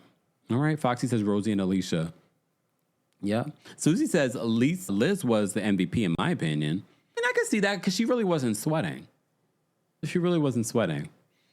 Ashley didn't bring a lot during the reunion, but I didn't expect her to either. Kelsey either. She really didn't bring a lot. She got ended in that first moment. Rosie for me won. All right. Let's move on from there. If you're just joining us for our Tuesday takeovers, so we cover a variety of reality television, but also hot topics as well. So let's get into some hot topics because I got to get off of here by 4 o'clock today, y'all. I got meetings. So let's talk about Clive Davis. Okay, so Clive Davis has passed away, age of 94 years old. So a lot of people, although there are some, especially those of you that are in the music industry, have been celebrating his legacy. His legacy is long. With a long legacy like that, there comes a lot of people saying he wasn't the nicest person. He wasn't the best man. A lot of people have their conspiracy theories on Clive Davis. We're not going to talk about that here. But people are citing this interview that Wendy Williams did with Clive Davis years ago, and we're going to play this under fair use. I'm going to have to stop and play, y'all. Let me see. Hold on one second. Let me bring this up. Now, I've made it no secret. All right, so we're playing this under fair use. This was an interview years ago on the Wendy Williams show where Clive Davis stopped by the Wendy Williams show, and she basically was like, so why did you guys continue to have the Grammys party, the Clive Davis Grammys party, and Whitney Houston had died the same day? You remember? That I just thought it was in poor taste for you to continue with the pre-Grammy party when Whitney's body was still upstairs in the hotel room. Remember, Whitney passed away the same day as Clive, your annual party. Why did you go on and have the party? Just asking. And I think that's a fair question. If you're going to have Clive Davis sitting on your couch, I think that's a fair question to ask him, because people still talk about it to this day. You're a very small minority. He said that she's a small minority. Excuse me, sir? I don't think you should say that to an actual minority. A small minority. Hold on, let me rewind that back. Asking. Well, you're a very small minority, because if you knew Whitney better, you knew she was not there to perform. Yeah. This was her favorite night of the year. Oh. She came out every year. Oh. This party was so part of her. So you're saying that she so would've... that the family, we spoke to representatives of Pat, who was a manager, and Gary, who was her brother. Her body was still upstairs. But we dedicated the evening. Whitney would have wanted this party to go on any more than the Grammys should stop. But y'all remember, it literally happened hours before. If anything, y'all could have said, you know what, off the strength of Whitney, we're not going to do this tonight. Her body is upstairs. And that's why everyone gives Pat Houston the side eye, too, because it's always felt like Pat's been trying to capitalize off of Whitney's name. And she's not even a blood relative. She's a manager. She's the executor over the estate. But a packed house paying tribute. Alicia performed, Tony Bennett, Diana Krall, the Kinks had flown in from Europe, Elvis Costello, Jackson Brown, Diana Ross, Jamie Foxx. Everybody celebrated the life, the memory. That was appropriate. So I beg to differ with you. We agree to disagree. I agree to disagree. I'm glad she asked the question, though. I'm glad Wendy asked that question because, and yeah, I agree. Terry says I miss Wendy. I miss watching her on Daytime Talk. Daytime Talk is not the same without Wendy Williams. All right, so everyone's talking about, there's so many other examples. Shout out to Golden Stories I think it was the Golden Age Stories on Instagram. They were talking about the different times throughout Whitney's career where her and Clive differed on opinion when it comes to certain things about her life and career and her aspirations. Look, we have to also keep in mind, I know he probably will say that Whitney was his friend. I don't know if I would consider them friends. I would definitely, you have to remember that Clive Davis is a music executive, and he's been a music executive for many years. And when you are financially connected to someone, when there's a business relationship, especially when your business relationship with someone has made you millions of dollars, the line of friendship is skewed. Okay, so I can't say that was a real friendship, but in all fairness, we don't know their friendship. We don't know their relationship. Everyone bases their thoughts on Clive and Whitney's relationship off of what they've seen over the years. We don't know the true level of their relationship, but I find that I wouldn't consider that a real friendship, especially when that much money is involved. Okay? And especially even after her death, there was a lot of money involved. He was very much involved in a lot of the Whitney movie, her legacy after she passed on. We have to keep in mind, Whitney, while she was alive, very much like Michael Jackson, she was also struggling financially between taking care of everybody and bad business deals. When she passed on, now she's not alive for any of that. If anything, the price went up for Whitney music and streaming and movies and things like that. So a lot of people, including her family, and Pat Houston and Clive Davis, all of those individuals benefited from her no longer being here. Okay? Amar says that Wendy is a Cancer. She always got to it. Yeah. Happy Cancer season, y'all. Happy Cancer season. Wendy's birthday is next month. Shout out to anyone celebrating a birthday as well. All right. Let me see what you guys are saying. Okay. Let me focus. So, since we're talking about Whitney Houston, another story is out there about Whitney Houston, and it comes from Oprah Winfrey. So Oprah Winfrey, in a sit-down interview in a public space, she's over there in Cannes, basically told this story, and everyone is saying, why did you need to tell this story, Oprah? So I have a complicated relationship. And when I say relationship, it's not like a personal relationship. I have a complicated relationship with Oprah because she's someone I looked up to when it comes to my career for a very long time. But there's been some things in recent years that made me kind of go, Oprah, wait. But I'm going to be twerking on the fence when it comes to this story. But this is what Oprah had to say about Whitney recently.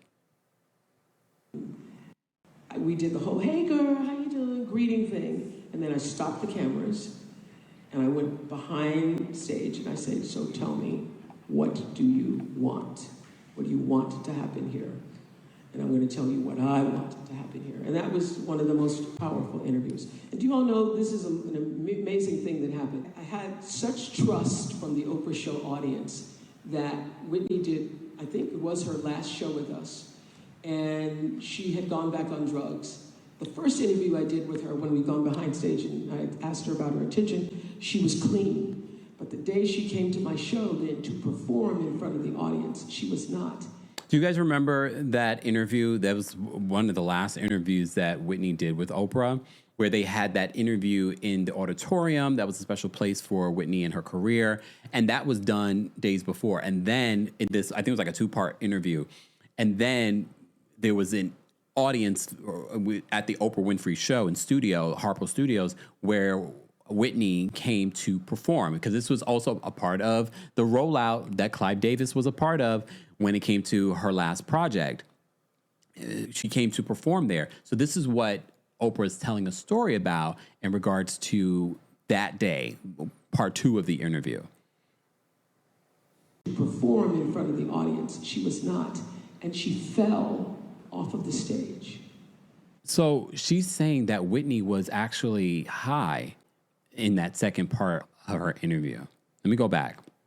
Show then to perform in front of the audience, she was not, and she fell off of the stage.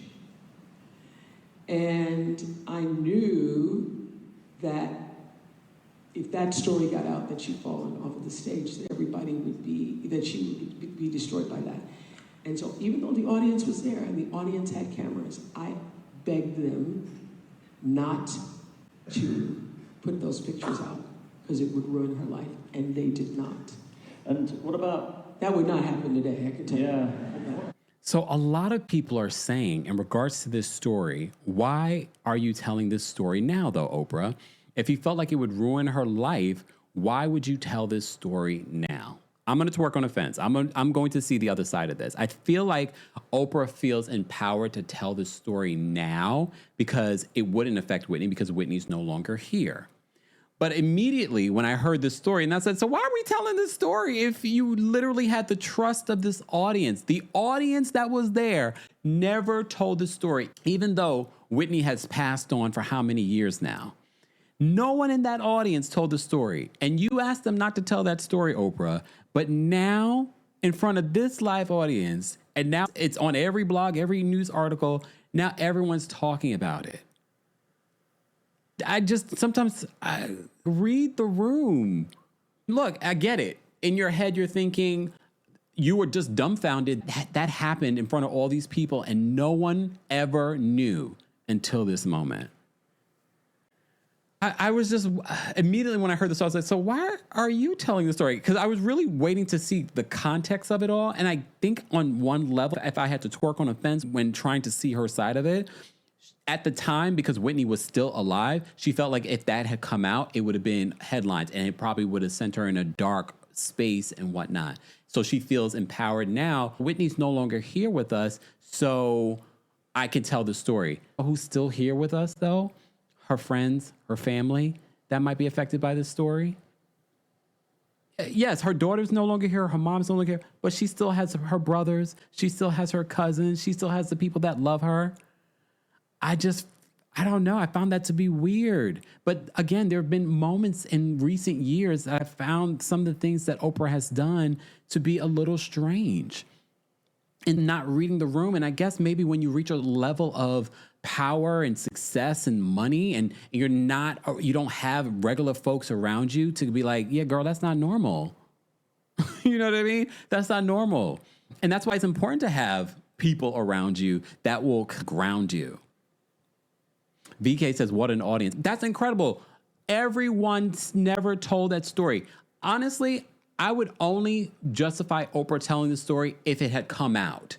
If one of the people had spoken up recently about it. And she was like, I never wanted to talk about this, but since someone did speak about it, and this is years after it happened, I'm speaking about it. But no, you were the one who asked the audience never to speak about it, and you're the one telling the world about it.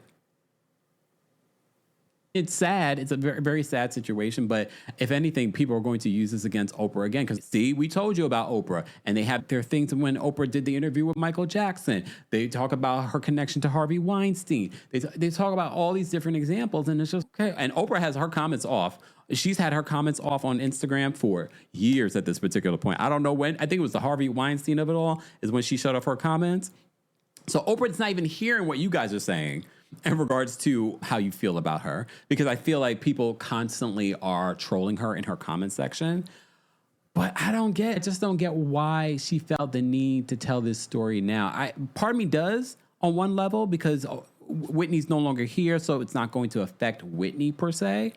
But again, you're not thinking it through that it could affect her friends and family that are still here. And yes, it's very clear, in all fairness, because there will be the folks that will be like, Whitney did have a problem. She did have an addiction issue. All right? Oh, Elevate Sage, it's okay. But thank you so much. Elevate Sage says, I'm going to get my Kempire After Dark tickets. I got laid off again, and this is what life in your late 40s is like. Life is too short to live for the job that throw you away in a heartbeat. Oh, but I hear you on that one.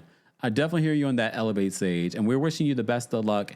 If that means you taking a sabbatical, enjoying the rest of the summer, enjoy it. If it means you're going to be hitting the ground running next week when it comes to the job hunt, we're sending you good vibes. We appreciate it.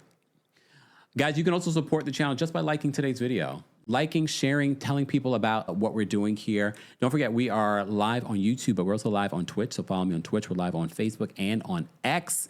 I might go live on Instagram later today.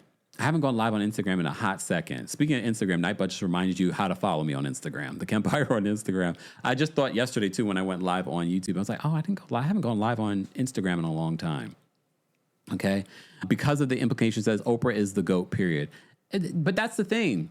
No one's taking that away from Oprah. Oprah has definitely inspired a lot of people over the years, and she's done a lot of good over the years. That's why, for me, in recent years, some of the things that she said and done has made me go, things that make you go. And if and when I do get another interview with her, yes, I've interviewed her before. You can watch it on the Kempire or listen to it on the Kempire Radio YouTube channel.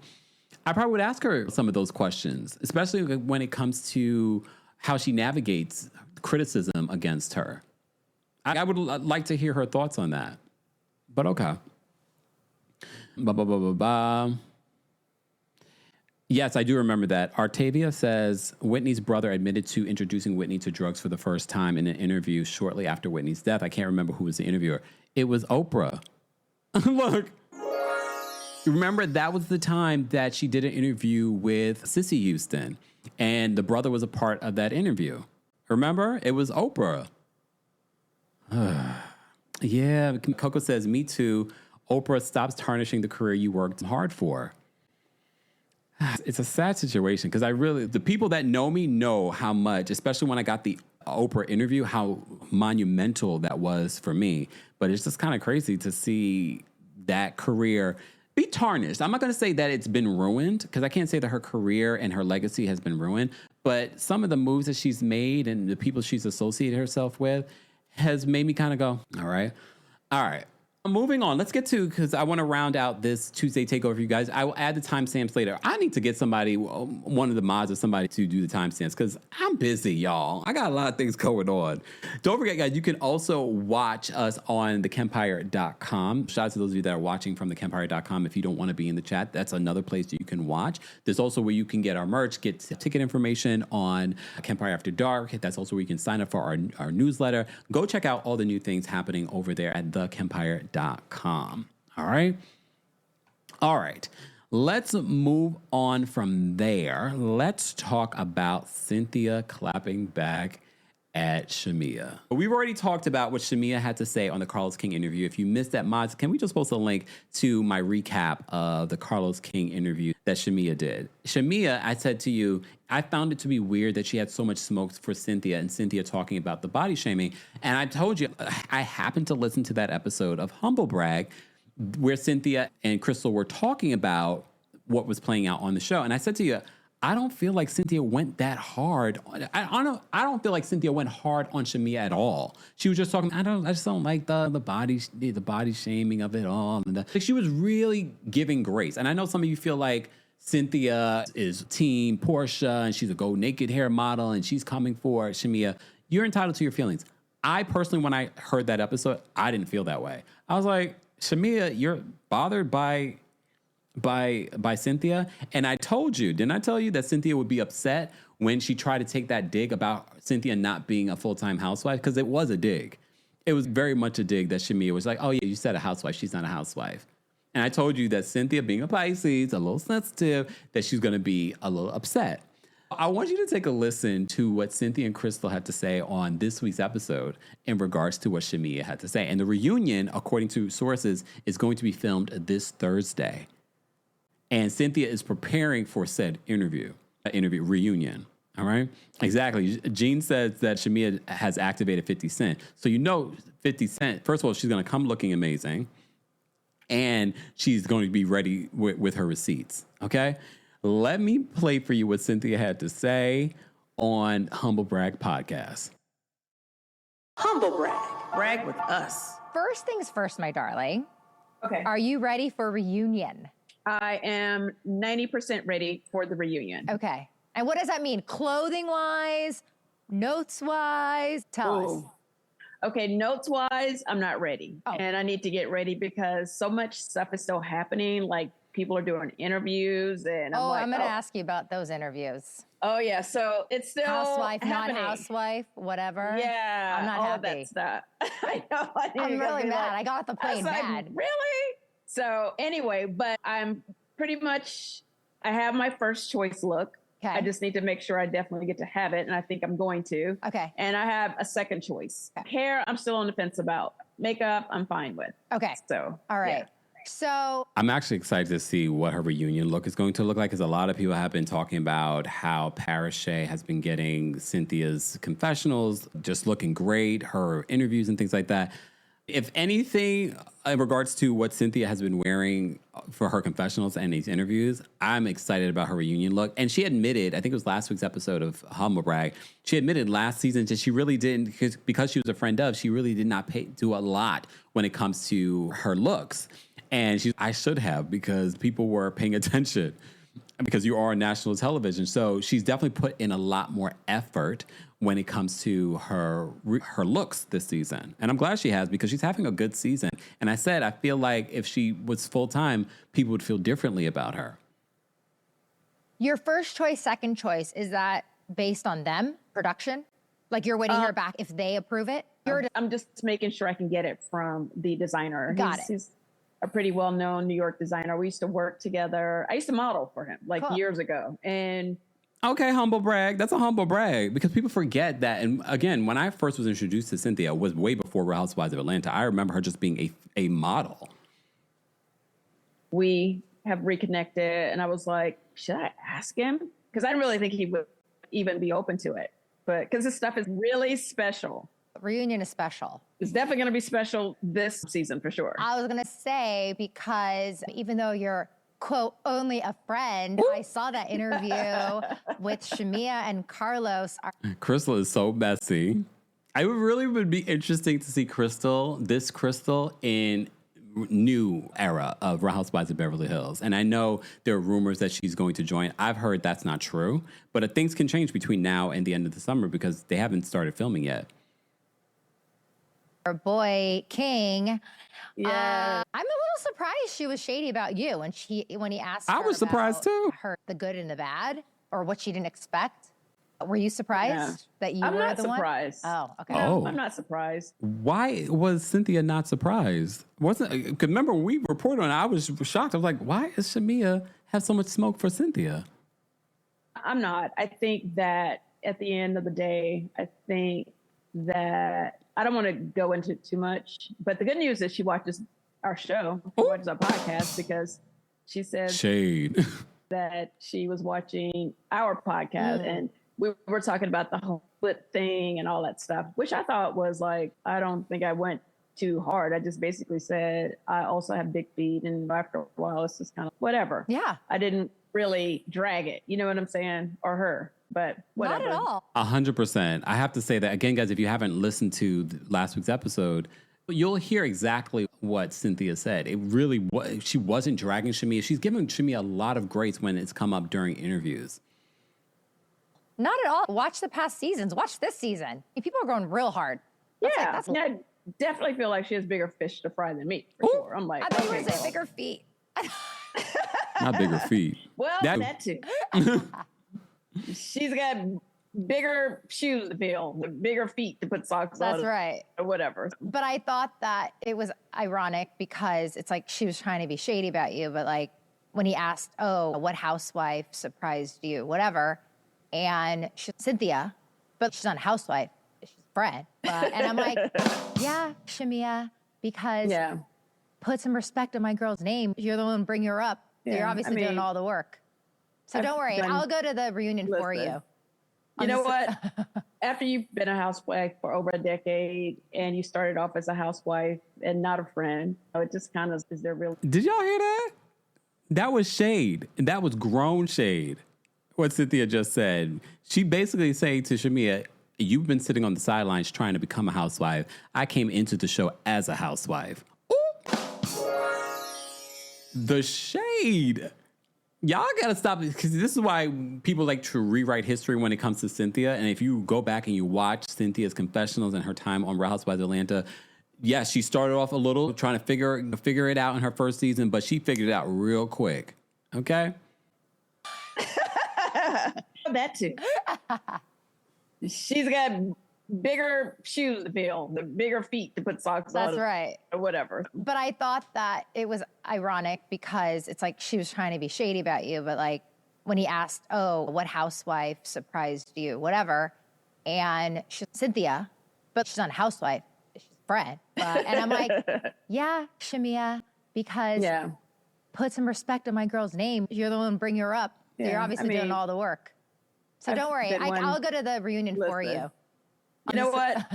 After you've been a housewife for over a decade and you started off as a housewife and not a friend, it just kind of, is it really shade? You know what I'm saying? Yeah. It wasn't like I was on the sidelines for years and then finally got my peep. So I think it's a moot point, really. So yeah. Also, you know who gave you a shout out was Carol Radswell. Oh, really?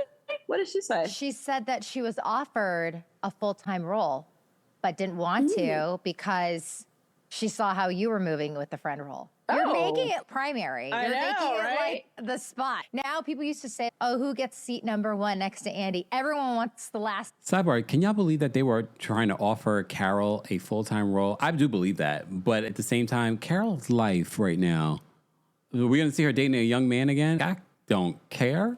I honestly don't care to see Carol on this season. If you're a Club KEMPIRE member, I spilled some tea on when it comes to Real Housewives of New York, and I talked a little bit about it last night. But I heard this season, the reboot to the reboot is a snooze fest. Yeah, I you know what? Did you get a chance to catch me on Watch What Happens Live? Of course I did. They do. Well, I can get it in Hong Kong. I can't get everything in Hong Kong.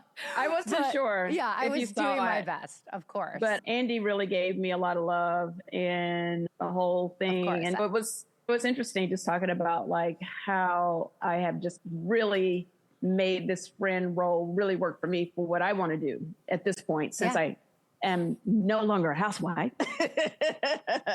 Okay. So, according to but in any case, I'm having, this has been the funnest season for me, to be honest. And I really am doing it on my own terms. And it just feels good for the other ladies. Literally anyone who's even thinking about the friend position calls me. Yeah. They literally, they're like, call Cynthia, girl. Like all of them. I don't have to say their names, but just know if they're a friend of this season, that they probably talk to me. I will say this to all our humble braggers and anyone else that's listening who are our future humble braggers. When people are really praising you, people are saying this is your best season yet. They'll give her a peach back, right? Yeah. But you're having your best season probably because you're a friend of and you're relaxed. So it's the best, keep it where it's at. Do you know what I mean? Like, I agree. Stay the course because everyone loves you at the space. Because you could feel that you come in without having to be really getting down and dirty in the mix. You can be the voice of reason, and it's just such a better space for you and people are enjoying it. So I love it.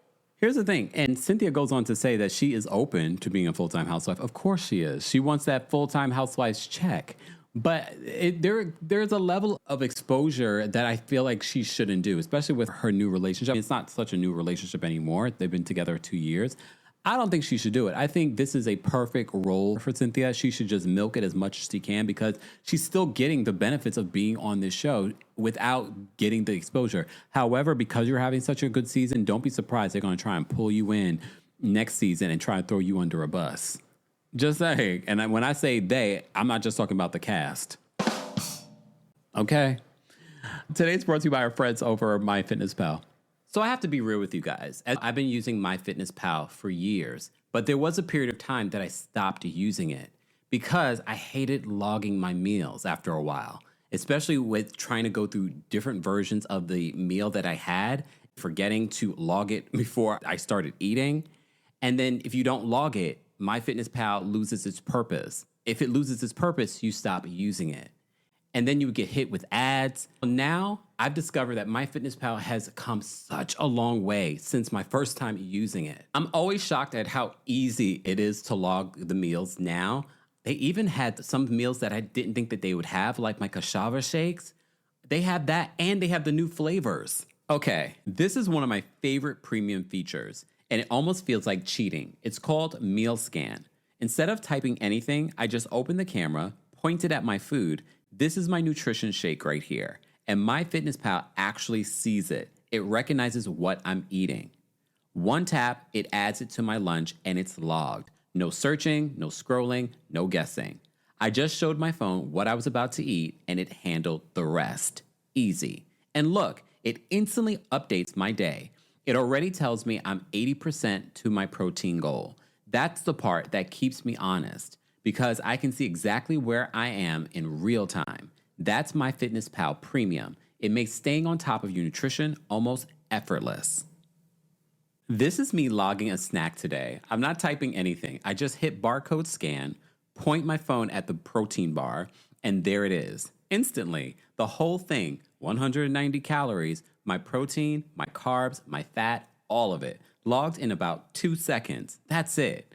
That's the whole process now. Same thing here. Grab the yogurt drink, scan the barcode, done. It knows exactly what it is. The thing that used to take me a full minute of squinting and searching now takes me the length of one breath. That's the difference Premium makes. And that's the other thing. With Premium, there are no ads, none. And before Premium, I would be trying to log a meal and there would be ads in the way. And things like that are frustrating. You're not going to log your meals. You're not going to want to use the app. And that's really the whole point. And as I said before, your nutrition is the foundation everything runs on. Your energy, your sleep, and your recovery. But only if you stick with it. And you're only going to stick with it if it's easy. And that's exactly what MyFitnessPal Premium did for me. And it can also do it for you. Of course, I've gotten you a discount. Go to podcast.myfitnesspal.com and use code KEMPIRE, all uppercase letters, for 15% off Premium. Same thing that took me years to stick with, you can start this week, and it's easier than ever. More information on MyFitnessPal and your discount will be available in the description. Thanks, MyFitnessPal. Oh, I'm just sitting here logging my MyFitnessPal. I was like, oh, I forgot to log today. So I was logging my lunch. I logged my breakfast. Did I have a snack yet? Not yet. But and if you continuously use it, the certain things that you have all the time are already there. So you just look, it's so easy. Because even right here, they're like, oh, swipe right to log Sunday's meal again. Come on now. Shout out to MyFitnessPal, guys. Again, more information on how you can get a discount will be your 15% off premium will be available in the description. All right, so back to this. So I want to talk some more Real Housewives of Atlanta before we go. We had a couple of previews that came out when it comes to next week's episode. They're going on their cash trip to Scotland. Based off the previews, it's very interesting. We're going to play this under fair use. I'm not going to play all of the previews that have come out at this particular point. It feels we've seen next week's episode because there's so many previews. But Portia's happy belated birthday, Portia. How you doing? Okay. Portia and this cast of women apparently all have a little bit of a lesbianic past. Did y'all see this clip? Let me play this. Shout out to our friends over at No Chaser TV. I want to play this clip for you. Hold on. Boom. Would I ever date a woman again? So Pinky dated a woman before? And I know some of you are going to be like, not surprised. You know what?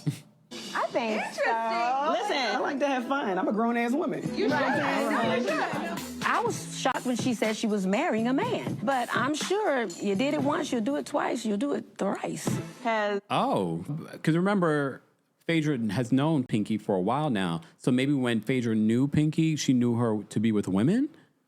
Has everyone at the table been with a woman before? My husband and I had things before that we explored. And I did it because that's what my husband wanted. And as a wife, I was... So Drew is saying that she has been with other women before and she did it with Ralph.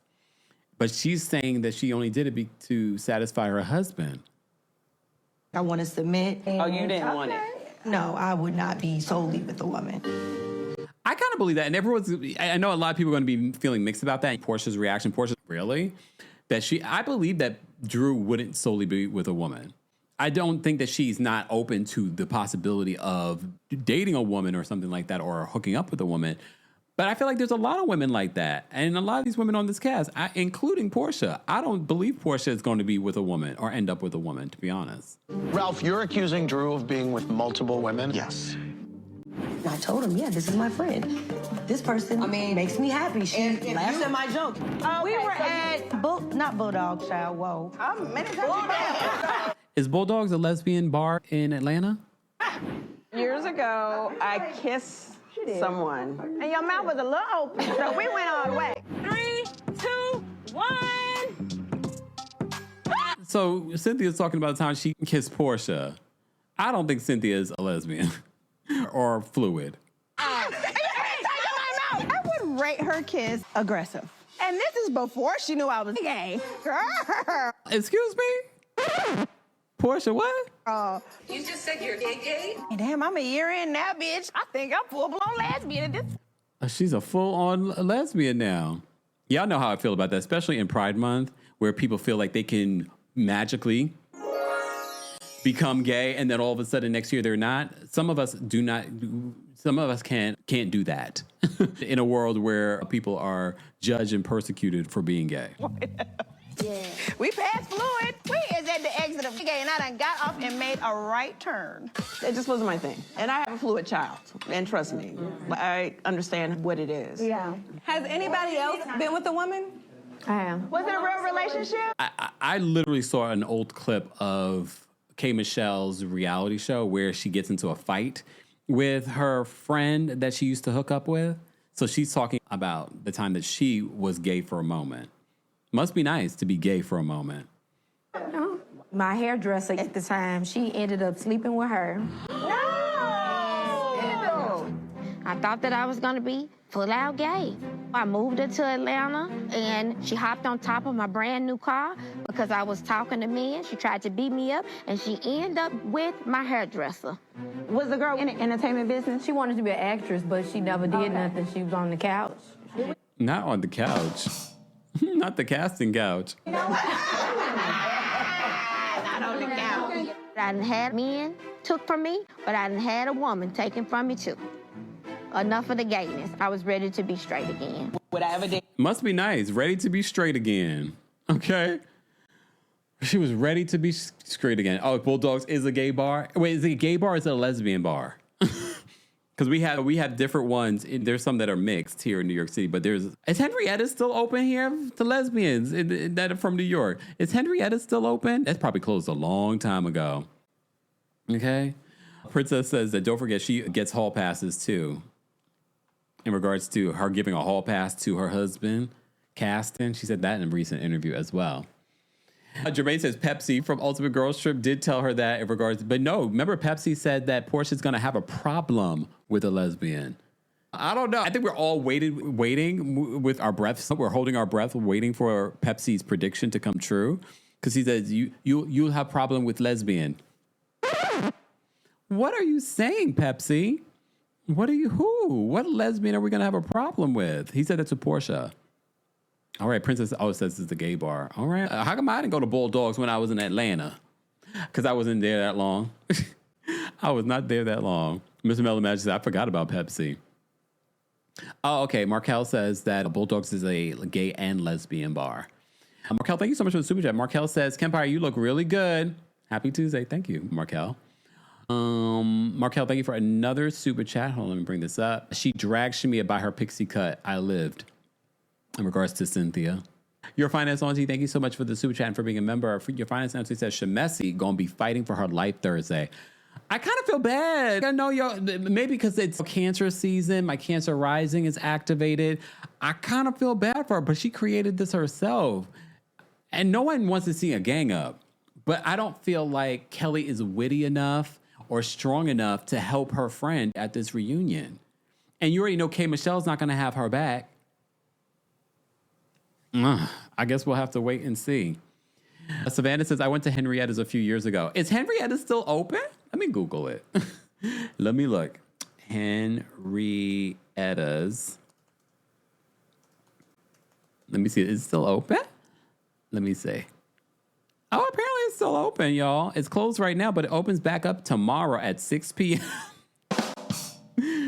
I don't think I've ever gone to Henrietta's because it's always been known as a lesbian bar, so I've never gone. Okay, a long-running lesbian hangout for drinks, shooting pool, and dancing, especially on weekends. Okay, they allow outside food, y'all. Apparently great cocktails and live music. I have never gone. Who wants to go with me to Henrietta's? It's Pride Month. Ooh. Ooh. Okay, let's go. Oh, damn, their website's down, though. I'm going to need them to get this website together. I need y'all to get y'all website together right now. Let's see what the gift shop is giving.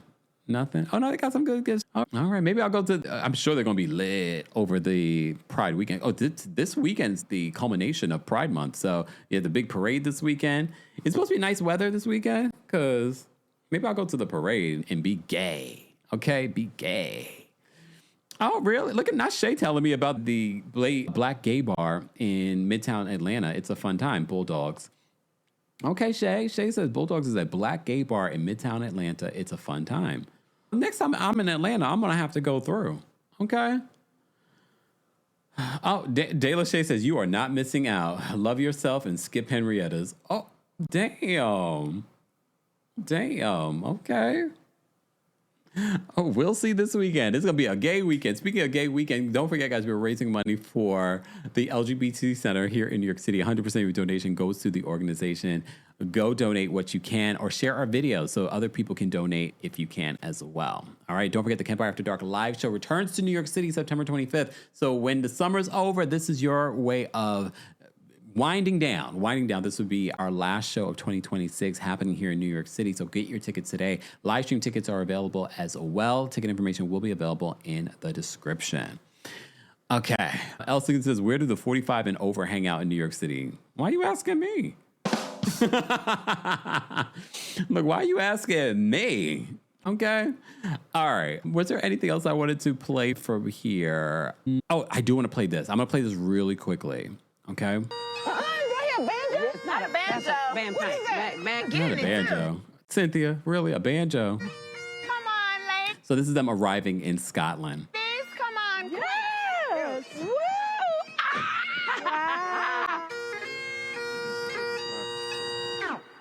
I was like, okay, I feel Shamia in her confessional is twirling around. Jesus in this place. I hear you, God. This is why I find it so interesting. And look, everyone's entitled to their opinions on what's funny and not funny. I find it interesting when some of y'all were like, oh, she's so funny.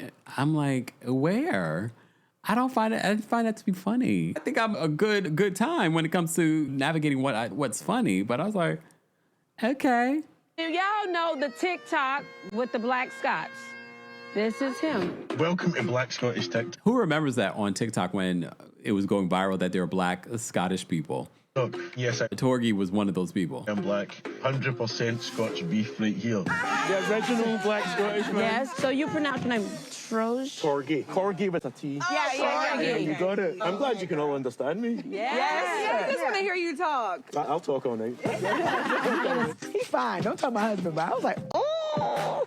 So he is not only super fine up under here, but he's a teacher as well. I know exactly what's under that. I found that to be, especially as a married woman and people talking about you stepping out on your marriage. Do you heard what Shamia said? Y'all heard what she said about I know he fine up under that. Okay. I have followed Torgy for quite some time because I didn't even realize that they had black Scots. But seeing him in the flesh and around these women, a true Scotsman, honey. He reminds me of Sterling K. Brown dipped in chocolate. Why did she say that she reminds him, Phaedra says he reminds him of a Sterling K. Brown dipped in chocolate? They're both chocolatey. I thought that was, I guess that's her way of trying to be funny, but I was like, they're both chocolate already. With Nikes on, if something doesn't work out, I can just go home with you. They gonna target this man apart. Ladies, welcome to Gilmerton House. He does look like Sterling K. Brown, though. We'll say that. Gilmerton House. Okay, it looks like a good trip. I'm excited for the trip. This season of Real Housewives of Atlanta has been pretty decent so far. It's definitely been decent so far and enjoyable to recap and talk about with you guys. This is our Tuesday Takeover where we cover shows like that or recap shows like that or talk about other hot topics like the Oprah Winfrey story. We did talk about that, and we also talked about some of the fallout of what's going to be happening at this Real Housewives of Atlanta reunion. Guys, when I have a moment this evening, I will add the timestamps, but enjoy the show from the beginning to the end. Don't forget, you can also hear it on the Kempire podcast. Everything in regards to our sponsors will be available in the description, and everything Kempire. Don't forget, you can also watch our videos exclusively on thekempire.com. Be sure to check that out and join our mailing list. Mods, if we can post the mailing list in the live chat, thekempire.com/join. You guys are missing out. A lot of cool things are also going to be announced via the mailing list. Do not be left outside the club, okay? Get your tickets today in regards to the Kempire After Dark, a live show, again, happening on September 25th. I will see you all there, and if I see you in these streets, I'm going to remind you, too. All right? What are you guys saying in the chat? Guys, we're almost at 500 likes. Can we get to 500 likes? Like the video. You've been here for 2 hours. Why not like the video? Jermaine says much better than last season in regards to RHOA. And maybe it's because they now have built a relationship with each other. Maybe that's why it's gotten better this second season. Toyin says, Shamia making fun of a woman with big feet. Cynthia has big feet, and it hurts when you're made fun of because of the size of one's feet. I'm a shoe size 11, 12, and have heard all the jokes. Wow. Okay. Bye-Belicious. All right. Yes, guys, don't forget to like the video. We're almost at 500 likes. Thank you so much. Angel says, thank you, Kempire, for a good time per usual. Thank you for being here. Lakia says, great live per usual, Kempire. Thank you, Lakia, for being here. GC, bye to you too. Let me see. Jess says that they have money but are not well-traveled. There are people of color everywhere. You would, and maybe again, remember that also went viral on TikTok. And I was like, y'all didn't realize that there are black people everywhere, literally, especially in Europe, slave trade. But there's a lot of reasons for that. Okay. DH said Sterling K. Brown is chocolate. Good looking at that. Laughing out loud. Exactly. All right. The SW says, does he mean black Scottish, like black American, or more like a citizen in Scotland? No, meaning he was born and raised in Scotland. Hence the accent. All right. All right. I appreciate you all being here again, guys. More information on our sponsors and everything Kempire will be available in the description. Thank you to our King's Guards for holding us down. Thank you to our channel members. We appreciate them as well. And thank you to our subscribers and our new subscribers. If you're a new subscriber, be sure to let us know. If you're part of the replay crew, be sure to let us know your thoughts on the Real Housewives of Rhode Island reunion, your thoughts on what Cynthia had to say, clapping back to Shamia, your thoughts on Oprah revealing this story about Whitney Houston falling during one of their last interviews, and your thoughts on Big Tigger getting arrested for allegedly putting his hands on his wife. Let's continue this conversation in the live chat. I appreciate you all being here. I hope you guys have a great rest of your day. Make sure you follow me on Instagram because I might go live a little bit later on today on Instagram. All right? The Kempire on all social media platforms, TikTok, Instagram, X, Threads, all the places. All right? Bye, y'all. Thanks for tuning in to Kempire here on the Kempire Radio Network. Don't forget to give us 5 stars on Apple Podcasts and on Spotify. And for more information on the podcast, head on over to KempireRadio.com.